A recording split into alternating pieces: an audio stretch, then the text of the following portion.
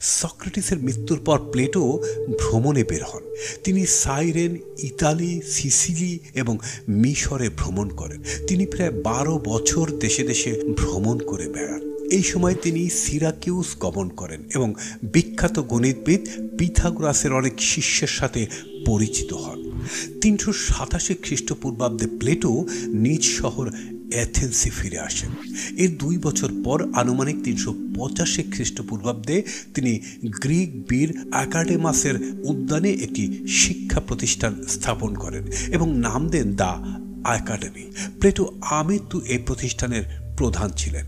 গণিত, জ্যোতির্বিজ্ঞান, জীববিজ্ঞান, দর্শন এবং রাজনীতি ছিল প্লেটোর একাডেমিক শিক্ষাক্রমের প্রধান বিষয়।